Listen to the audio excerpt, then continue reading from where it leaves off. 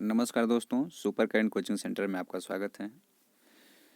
दोस्तों, आज हम क्रिया से कुछ महत्वपूर्ण प्रश्न लेकर के आए हैं। यदि ये आप लोग को वीडियो अच्छी लगी तो आप वीडियो को ज़्यादा से ज़्यादा शेयर और सब्सक्राइब करें। देखिए, प्रश्न नंबर 1 है कि रचना की दृष्टि से क्रिया के कितने भेद होते हैं। रचना की दृष्टि से क्रिया के कितने भेद होते हैं। तो रचना की दृष्टि से क्रिया के मुख्यतः कितने भेद होते हैं? 2 भेद होते हैं, अर्थात ऑप्शन नंबर 1 क्या होगा आपका? बिल्कुल करेक्ट होगा। नेक्स्ट है, क्रिया का मूल रूप कहलाता है। क्रिया का मूल रूप कहलाता है। तो ऑप्शन 1 है धातु, कारक, क्रिया विशेषण, इनमें से कोई नहीं। तो क्रिया का मूल रूप कहलाता है आपका धातु। ऑप्शन नंबर 1 क्या होगा आपका? बिल्कुल करेक्ट होगा। क्रिया का मूल रूप क्या कहलाता है? धातु। क्योंकि जो क्रिया होती है, क्रिया ये किससे मिलके बनी हुई होती है? धातु से, है ना। क्रिया किससे मिलके बनी होती है? धातु से। जैसे हम कह सकते हैं कि हंस, हंस में यदि ना जोड़ दें तो क्या हो जाएगा आपका? हंसना। हंस में यदि ना जोड़ दें तो क्या हो जाएगा आपका? हंसना। तो ये जो हंस है ये आपका धातु है, इसमें ना जोड़ देंगे तो ये आपका बन जाएगा हंसना। तो ये आपकी हंसना जो होगा आपका क्रिया होगा। तो क्रिया का मूल रूप क्या कहलाता है? धातु कहलाता है। ऑप्शन नंबर 1 क्या होगा? बिल्कुल करेक्ट होगा। तीसरा है, निम्नलिखित में सकर्मक क्रिया का वाक्य है। सकर्मक क्रिया का वाक्य है मंदाकिनी सोती है, बालिका निबंध लिखती है, पक्षी आकाश में उड़ती है ना। पक्षी आकाश में उड़ते हैं, बालक खिलौना पाकर हंसता है। बालक खिलौना पाकर हंसता है। तो इसमें जो होगा आपका बी नंबर क्या होगा? बिल्कुल करेक्ट ऑप्शन होगा। बालिका निबंध लिख रही है। नेक्स्ट है,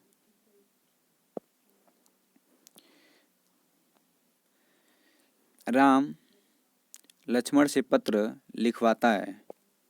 ठीक है, राम लक्ष्मण से पत्र लिखवाता है। राम लक्ष्मण से पत्र लिखवाता है। ठीक है, राम लक्ष्मण से पत्र लिखवाता है। इस वाक्य में क्रिया का कौन सा रूप निम्न में से सही है? तो जब कर्ता किसी से कार्य को करवाए, किसी से कार्य करवाए, है ना, कार्य करवाए, तो वो आपका हो जाता है प्रेरणार्थक क्रिया। क्या हो जाता है आपका? प्रेरणार्थक क्रिया। तो इसमें आपका ऑप्शन नंबर बी क्या होगा? बिल्कुल करेक्ट होगा। राम लक्ष्मण से पत्र लिखवाता है, ये होगा आपका प्रेरणार्थक क्रिया। नेक्स्ट है, निम्नलिखित वाक्यों में से किसमें सकर्मक क्रिया प्रयुक्त है? देखिए, ये आपका गलत हो गया। किसमें सकर्मक क्रिया प्रयुक्त है? तो शिशु खाट पर सो रहा है, बालक खेल रहा है, छात्र पढ़ रहा है, छात्रा लिख रही है। तो इसमें सकर्मक क्रिया अर्थात जिसमें क्या हो? कर्म हो। सकर्मक क्रिया जिसमें क्या होता है? कर्म होता है, वही क्या कही जाती है आपकी? सकर्मक। जिसमें कर्म होता है वो कौन सी क्रिया कही जाती है? सकर्मक क्रिया कही जाती है। तो शिशु खाट पर सो रहा है, तो सोना आपकी क्रिया है, लेकिन किस पर? खाट पर। तो ये आपका क्या हुआ? कर्म। तो इसमें ऑप्शन नंबर क्या होगा? ए क्या होगा? बिल्कुल करेक्ट होगा। शिशु खाट पर सो रहा है।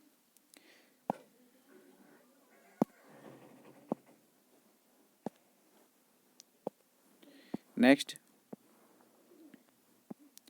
किसी काम को करना या होना कहलाता है। किसी काम को करना या होना कहलाता है। तो किसी काम को करना या होना कहलाता है क्रिया, कर्ता, कर्म, इनमें से कोई नहीं। तो इसका होगा आपका ऑप्शन नंबर 1 क्या होगा? बिल्कुल करेक्ट होगा। किसी काम का करना या होना क्या कहलाता है?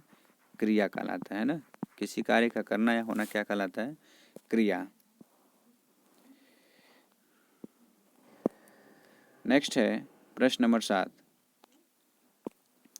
कह रहा है कि जब कर्ता स्वयं काम न करके किसी और से करवाता है।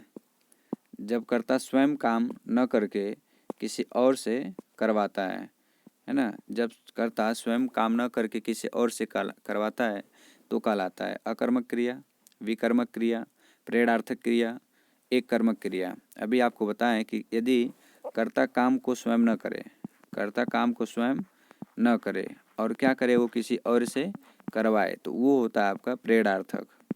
क्या होता है, प्रेरणार्थक क्रिया। वो आपका क्या होता है, प्रेरणार्थक क्रिया। तो इसमें ऑप्शन नंबर क्या होगा, सी बिल्कुल करेक्ट होगा, है ना। ऑप्शन नंबर सी क्या होगा, बिल्कुल करेक्ट होगा। नेक्स्ट है कि जिस शब्द से काम का करना या होना पाया जाए उसे कहते हैं। जिस शब्द से किसी कार्य का करना या होना पाया जाए उसे क्या कहते हैं। तो जिस शब्द से किसी कार्य का करना या होना पाया जाए उसे क्या कहते हैं हम, कर्म, शब्द, क्रिया, कर्ता। तो उसे हम कहते हैं क्रिया। जिन शब्द से किसी कार्य का करना या होना पाया जाए उसे क्या कहा जाता है, क्रिया। अर्थात ऑप्शन नंबर सी क्या होगा आपका, बिल्कुल करेक्ट होगा। नेक्स्ट है कर्म के आधार पर क्रिया के भेद हैं। कर्म के आधार पर क्रिया के भेद हैं। कर्म क्रिया, सकर्मक क्रिया, सकर्मक और अकर्मक क्रिया। अगला है शब्द क्रिया। तो कर्म के आधार पर क्रिया क्रिया कितने भेद होते हैं, 2 भेद होते हैं। अर्थात ऑप्शन नंबर सी क्या होगा, बिल्कुल करेक्ट। और उन दोनों में कौन कौन से, एक होता है सकर्मक और एक होता है अकर्मक। कर्म के आधार पर क्रिया कितने भेद होते हैं, 2। एक होता है सकर्मक और एक क्या होता है आपका, अकर्मक क्रिया होता है। नेक्स्ट,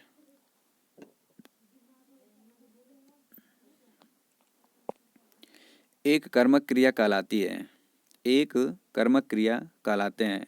एक कर्म हो, जिस क्रिया का एक कर्म हो, जिस शब्द की क्रिया हो, एक कर्ता हो, है ना, एक कर्मक क्रिया।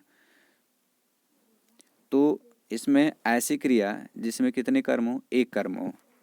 ऐसी क्रिया जिसमें कितने कर्म हो, एक कर्म हो, उसे हम क्या कहते हैं, एक कर्मक क्रिया। अर्थात ऑप्शन नंबर बी क्या होगा आपका, बिल्कुल करेक्ट होगा। नेक्स्ट है प्रिया क्रिया को कहते हैं। देखिए यहाँ पे मिस प्रिंट हो चुका है, ये होना चाहिए क्रिया, होना चाहिए क्या आपका, क्रिया। क्रिया को कहते हैं जब काम को करना पाया जाए, जब काम को होना ना पाया जाए, जब काम को करना या होना पाया जाए। और अगला है कि जब कर्ता कुछ कहना चाहते हैं। तो इसमें आपका ऑप्शन नंबर सी क्या होगा, करेक्ट होगा। जब काम को करना या होना पाया जाए तो उसे हम क्या कहते हैं, क्रिया कहते हैं, है ना। जब किसी काम को करना या होना पाया जाए तो उसे हम क्या कहते हैं, क्रिया कहते हैं। नेक्स्ट, निम्नलिखित वाक्यों में से किसमें अकर्मक क्रिया प्रयुक्त हुआ है। निम्नलिखित वाक्यों में से किसमें अकर्मक क्रिया प्रयुक्त हुआ है। तो शिशु सो रहा है, बालक खेल रहा है, छात्र पढ़ रहा है और छात्रा लिख रही है। तो इसमें अकर्मक क्रिया, तो इसमें अकर्मक क्रिया आपका होगा ऑप्शन नंबर ए क्या होगा, बिल्कुल करेक्ट होगा। शिशु सो रहा है। नेक्स्ट है नाम धातु क्रिया कहलाती है। नाम धातु क्रिया कहलाती है कि संज्ञा विशेषण से बनने वाली क्रिया, संज्ञा विशेषण से बनने वाली क्रिया, सर्वनाम से बनने वाली क्रिया, सहायक क्रिया से बनने वाली क्रिया, धातु से बनने वाली क्रिया। तो नाम धातु क्रिया कहलाती है। तो इसमें होगा संज्ञा विशेषण से बनने वाली क्रिया, है ना। संज्ञा, सर्वनाम और विशेषण, संज्ञा, सर्वनाम और विशेषण, संज्ञा, सर्वनाम और विशेषण से बनने वाली क्रिया कहलाती है कौन सी, नाम धातु क्रिया, है ना। संज्ञा, सर्वनाम और विशेषण से बनने वाली क्रिया क्या कहलाती है, नाम धातु क्रिया कहलाती है। अर्थात आपका ऑप्शन नंबर ए क्या होगा आपका, बिल्कुल करेक्ट होगा। नेक्स्ट है खिलवाना कौन सी क्रिया है ना। खिलवाना कौन सी क्रिया है, नाम धातु, यौगिक, प्रेरणार्थक, इनमें से कोई नहीं। तो देखिए ये कार्य किसी से करवाया जा रहा है और पहले ही बता चुके हैं कि जब कार्य करवाया जाए तो आपकी कौन सी होगी, प्रेरणार्थक क्रिया। अर्थात ऑप्शन नंबर सी क्या होगा आपका, बिल्कुल करेक्ट होगा। नेक्स्ट है अकर्मक का अर्थ है, अकर्मक का अर्थ है कर्मवान, कर्मरहित, कर्मशील, कर्म में निहित। तो अकर्मक मतलब जिसमें कर्म न हो, जिसमें कर्म न हो, अर्थात कर्म रहित। तो ऑप्शन नंबर बी क्या होगा आपका, बिल्कुल करेक्ट होगा। अकर्मक का अर्थ होता है कर्म रहित। नेक्स्ट कह रहा है कि संयुक्त क्रिया के कितने भेद होते हैं। संयुक्त क्रिया के कितने भेद होते हैं, 11, 12, 13, 14। तो संयुक्त क्रिया के कुल 11 भेद होते हैं। तो ऑप्शन नंबर एक क्या होगा आपका, बिल्कुल करेक्ट होगा, है ना। संयुक्त क्रिया कितने भेद होते हैं, 11 भेद होते हैं। नेक्स्ट है हथियाना में कौन सी क्रिया है? हथियाना में कौन सी क्रिया है? तो प्रेरणार्थक, संयुक्त, अनुकरण, नाम धातु। हथियाना, तो हथियाना में आपका नाम धातु क्रिया है, अर्थात आपका ऑप्शन नंबर डी क्या होगा? बिल्कुल करेक्ट होगा। हथियाना में कौन सी क्रिया है? नाम धातु क्रिया है, इसलिए इसमें ऑप्शन नंबर डी क्या होगा? बिल्कुल करेक्ट होगा। क्रिया शब्द, क्रिया कैसा शब्द है? क्रिया कैसा शब्द है? अविकारी, विकारी, विशेषण, इनमें से कोई नहीं। तो क्रिया जो है आपकी विकारी शब्द है। अब विकारी शब्द किसे कहते हैं? जिसमें क्या हो? परिवर्तन हो। विकार मतलब क्या होता है? परिवर्तन। विकार मीन्स क्या होता है? परिवर्तन। और परिवर्तन किसके अनुसार होगा? संज्ञा, है ना, संज्ञा के अनुसार, क्रिया के अनुसार, क्रिया के अनुसार, वचन के अनुसार, है ना, इन सब के अनुसार यदि परिवर्तन होगा, सर्वनाम हुआ, सर्वनाम के अनुसार यदि जिस शब्द में परिवर्तन होगा तो उसे हम क्या कहेंगे? विकारी शब्द कहते हैं। तो क्रिया कैसा शब्द है? तो क्रिया आपका विकारी शब्द है। नेक्स्ट,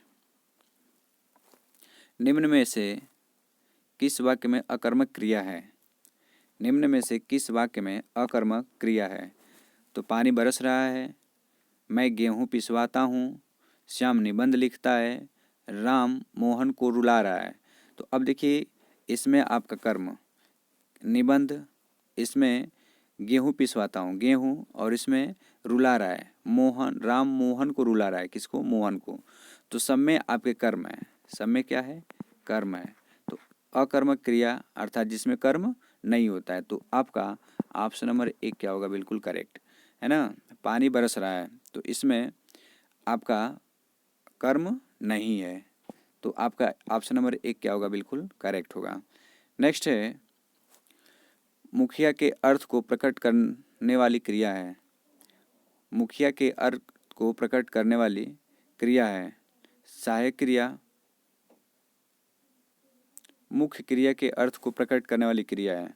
देखिए मिसप्रिंट हो चुका है, ये होना चाहिए मुख्य क्रिया के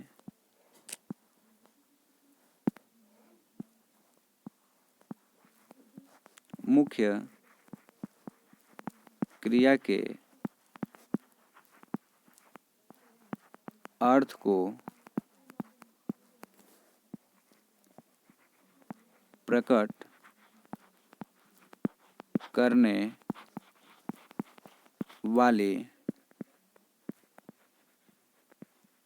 क्रिया है। मुख्य क्रिया के अर्थ को प्रकट करने वाली क्रिया है। तो मुख्य क्रिया के अर्थ को प्रकट करने वाली क्रिया क्या होती है? आपकी सहायक क्रिया होती है। ऑप्शन नंबर एक क्या होगा आपका? बिल्कुल करेक्ट, है ना। ऑप्शन नंबर एक क्या होगा आपका? बिल्कुल करेक्ट। मुख्य क्रिया के अर्थ को प्रकट करने वाली क्रिया क्या होती है? आपकी सहायक क्रिया होती है। नेक्स्ट है, इनमें से कौन सा प्रेरणार्थक क्रिया है? इनमें से कौन सा प्रेरणार्थक क्रिया है? प्रेरणार्थक की हमने चर्चा कर चुका था। इसमें क्या किया जाएगा? कार्य को करवाया जाएगा। कार्य को क्या किया जाएगा? करवाया जाएगा, है ना। कार्य को करवाया जाएगा। अब कार्य को करवाया जाएगा तो अब किससे? किसी और से।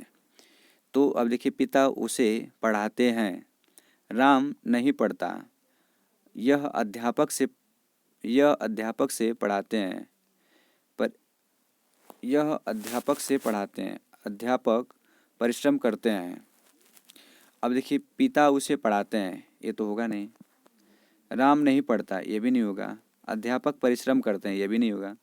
वह अध्यापक से पढ़वाते हैं। देखिए यहाँ पे होना चाहिए वह अध्यापक से पढ़वाते हैं, है ना। वह अध्यापक से